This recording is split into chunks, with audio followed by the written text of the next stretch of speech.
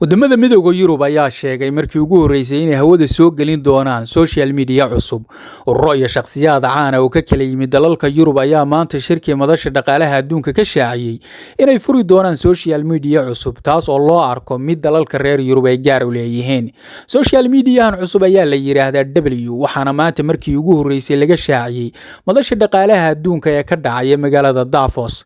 Tani waxay timid xilli ay sii xoogaysanayaan xiisadaha u dhaxeeya Yurub iyo Mareykanka, jasiiradda Greenland muranka ka taagan, iyo gaar ahaan kuwa la xiriira canshuuraha, xeerarka dhijitaalka ah iyo doorka shirkadaha waaweyn ee teknoolajiyadda.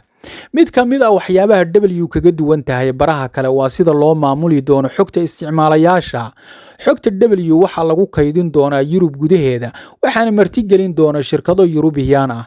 Dhanka sharciga, social media cusub ee W waxay hoos imaan doontaa oo maamuli doona shirkad warbaahineed oo lagu magacaabo We Don't Have Time, taas oo diiradda saarta wacyigelinta iyo tallaabooyinka la xiriira isbeddelka cimilada adduunka.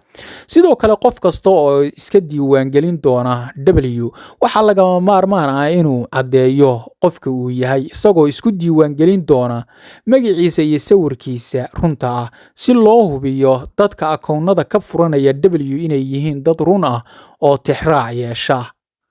Daawade, warkan oo faahfaahsan waxaad ka daalacan kartaa www.somalisidor.com oo aan uga hadalno teknoolajiyadda wararkii ugu dambeeyay.